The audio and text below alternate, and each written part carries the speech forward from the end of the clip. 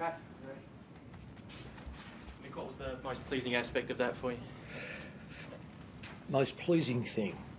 Probably one of two things. Team effort and three things. Team effort. Stuck as close as we could under pressure to our strategies. And three, covering two injured players and only having one interchange against a very good running football side. So I thought we showed a lot of G&D. What's the early word on Chris? It looks like when he was pushing the back there, he got that hamstring, so he overstretched. Do you have any indication on how severe that might be, Mick? Or No. You played without him a bit already, so how are you feeling about missing Juddy again potentially? Injuries are injuries. It's a shame how it happened, but that's that's the way it is. You can't. What are we going to do about it? And one thing we won't do is get locked out and say we can't win with him, without him.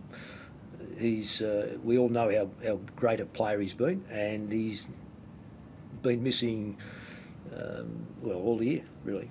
You feel for him? He's had a pretty tough year. Of course. It's for him to go through what he has gone through as a footballer for a start off, and then have the injury with his Achilles and get over it, work as hard as he did.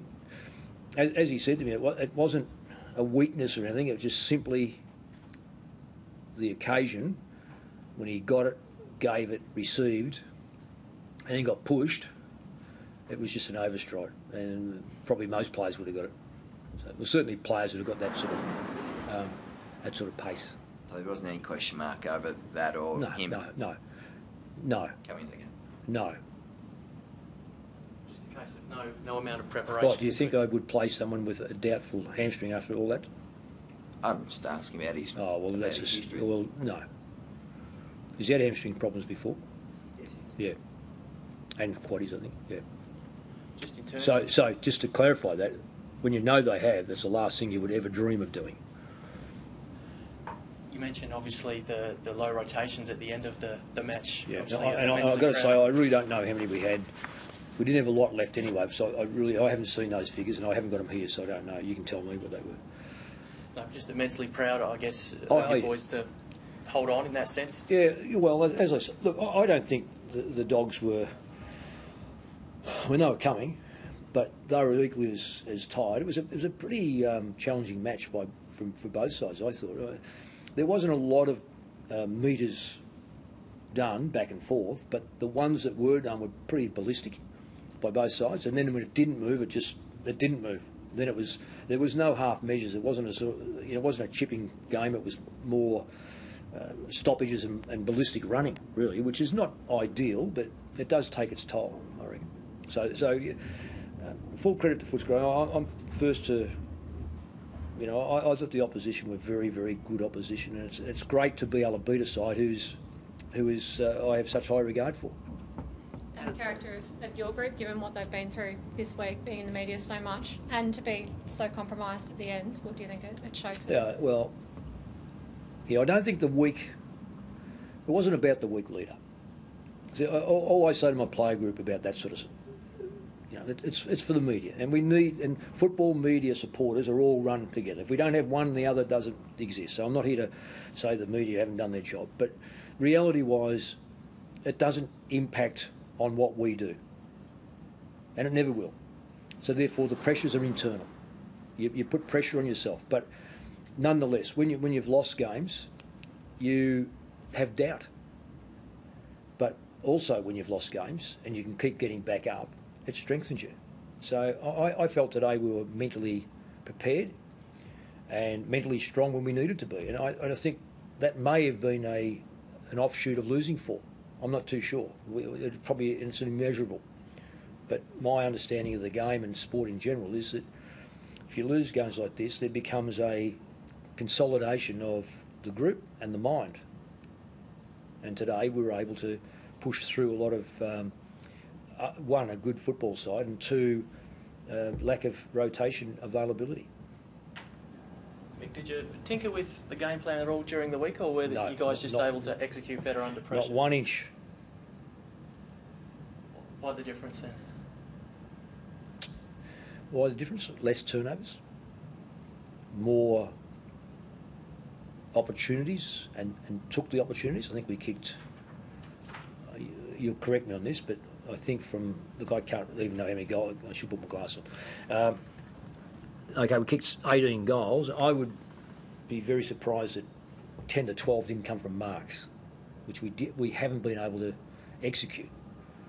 So it's handy when you've got 3 forwards that can actually catch the football, and that builds a confidence in itself, because players look at it and go, okay, we can give it to Waite, we can give it to Henderson, we can give it to Casbolt. They can all mark the football. If they don't mark the football, they're going to give us a good contest, which we needed.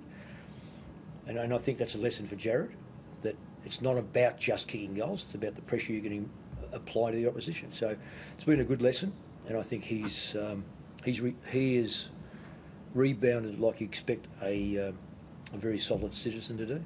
How did you describe Robbie Warnock's effort in particularly early against the All-Australian ruckman? I've got a lot of time for Will. I think he's just a terrific young man for a start off, and an All-Australian, worthy All-Australian. To me, that's Rob Warnock's best game. And I'll stand corrected, because there might be other games that he's played that have been very, very good for the football club or for Fremantle. I say that that's his best game that he's played, because of the opposition and what he was able to do for us. About the performance of your skipper? Again, you know, the test of anyone is when you're not playing the way you want to play, and when you're expected to deliver. And the expectations sometimes exceed the player's capabilities. In Mark's case, no, because we know he's a good footballer. Sometimes they exceed the experience, and that's unfair, because he's been a captain for 1 year. But his growth in that year has been enormous, and sometimes that's hidden. You know, sometimes you look at the matches and you look at that. I look at captaincy as an all-time thing. It's not just a 4:40 to 7 o'clock job. And some of the things that he's been able to implement and put in place for his teammates have been quite outstanding. So his steps are solid, good, and going forward. And I mentioned before, I think Mark Murphy will be a very, very good football captain for our football club over the next few years.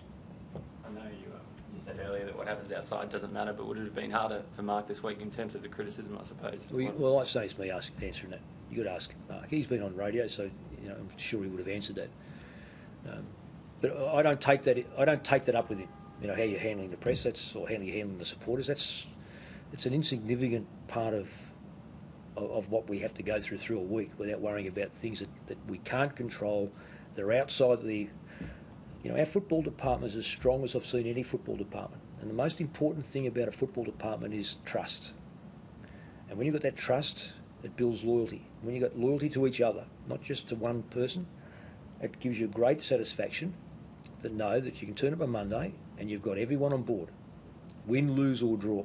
And the testing times for any football club, is when you're not winning games of footy. And as a football club, it's a joy to turn up Monday morning. And I mean that. And I would have said that last week, because people all feel the loss. They'll all gain from the win, but they share. And it's a very good football club.